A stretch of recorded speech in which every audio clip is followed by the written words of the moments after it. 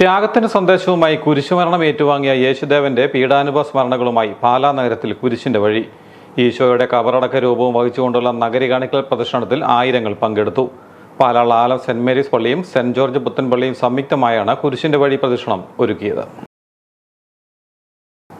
മനുഷ്യരാശിയുടെ പാപപരിഹാരാർത്ഥം കുരിശുമരണം ഏറ്റുവാങ്ങിയ യേശുദേവന്റെ പീഡാനുഭവ സ്മരണകളുമായി പാലാ നഗരത്തിൽ കുരിശിന്റെ വഴി നടന്നു. ലാലം സെന്റ് മേരീസ് പഴയ പള്ളിയും ലാലം സെന്റ് ജോർജ് പുത്തൻപള്ളിയും സംയുക്തമായാണ് നഗരം ചുറ്റി കുരിശിന്റെ വഴി സംഘടിപ്പിച്ചത്. ഈശോയുടെ കബറടക്ക രൂപം വഹിച്ചുള്ള നഗരി കാണിക്കൽ പ്രദർശനത്തിന് വികാരിമാരായ റവറൻ ഫാദർ ജോസഫ് തടത്തിലും റവറൻ ഫാദർ ജോർജ് മൂലച്ചാലിലും മുഖ്യ കാർമ്മികത്വം വഹിച്ചു. ഉച്ചകഴിഞ്ഞ് 3 മണിക്ക് വികാരി ഫാദർ റവറൻ ജോസഫ് തടത്തിലിൻ്റെ നേതൃത്വത്തിൽ ദുഃഖവെള്ളി ആചരണത്തിൻ്റെ ഭാഗമായുള്ള പീഡാനുഭവ വായന ആരംഭിച്ചു. പാലാ രൂപത evangelisation director father Joseph Arimattam സന്ദേശം നൽകി.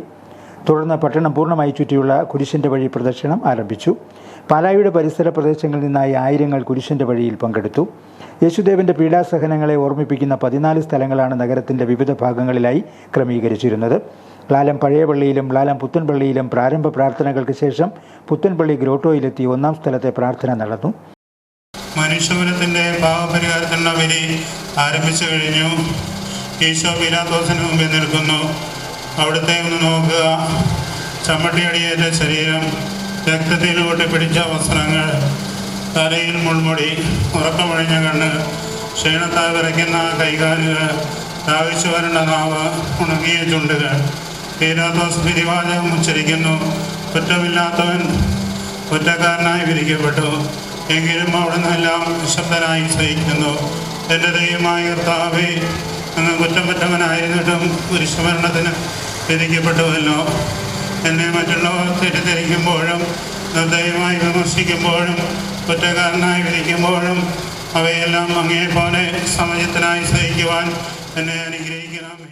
കാർമൽ സ്കൂൾ വഴി മുന്നോട്ട് നീങ്ങിയ കുരിശിൻ്റെ വഴി കൊട്ടാരമറ്റം വഴി ബിഷപ്പ് ഹൗസിന് മുന്നിലൂടെ കുരിശുപള്ളി ജംഗ്ഷനിലും തുറന്ന് മഹാറാണി ജംഗ്ഷൻ, കിഴതളിയൂർ ജംഗ്ഷൻ എന്നിവിടങ്ങളിലൂടെ ബൈപ്പാസ് റോഡ് വഴി തിരികെ ലാലം പഴയ പള്ളിയിലെത്തി സമാപിച്ചു.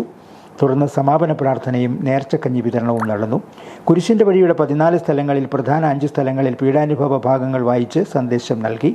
പുഷ്പാലങ്കൃതമായ വാഹനത്തിൽ മിശിഹയുടെ കബറടക്ക തിരുസ്വരൂപം സംവഹിച്ചുകൊണ്ടാണ് കുരിശിൻ്റെ വഴി പ്രദർശനം നീങ്ങിയത്.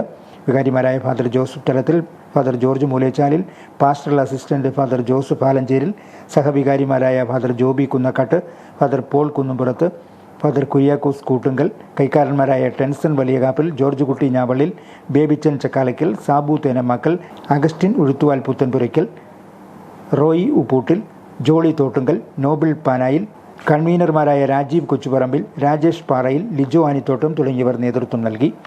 പഴയ പള്ളിയുടെ പരിസരത്ത് മുൻകാലങ്ങളിൽ പങ്കപ്പാട് എന്ന പേരിൽ പീഡാനുഭവ ദൃശ്യാവിഷ്കാരം നടത്തിയിരുന്നു. 1958 ഫാദർ അബ്രഹാം കൈപ്പൻപിളക്കൽ അച്ഛനാണ് പങ്കപ്പാട് ദൃശ്യാവിഷ്കാരത്തിന് പകരം നഗരി കാണിക്കൽ കുരിശിൻ്റെ വഴി ആരംഭിച്ചത്. ദുഃഖവെള്ളിയാഴ്ച പാലായിലും പരിസരങ്ങളിലുമുള്ള ആയിരക്കണക്കിന് ആളുകളാണ് യേശുദേവന്റെ പീഡാസഹനങ്ങളെ ഓർമ്മിച്ച് പ്രാർത്ഥനകളോടെ കുരിശിൻ്റെ വഴിയിൽ പങ്കെടുത്തത്. Star vision news, Pala.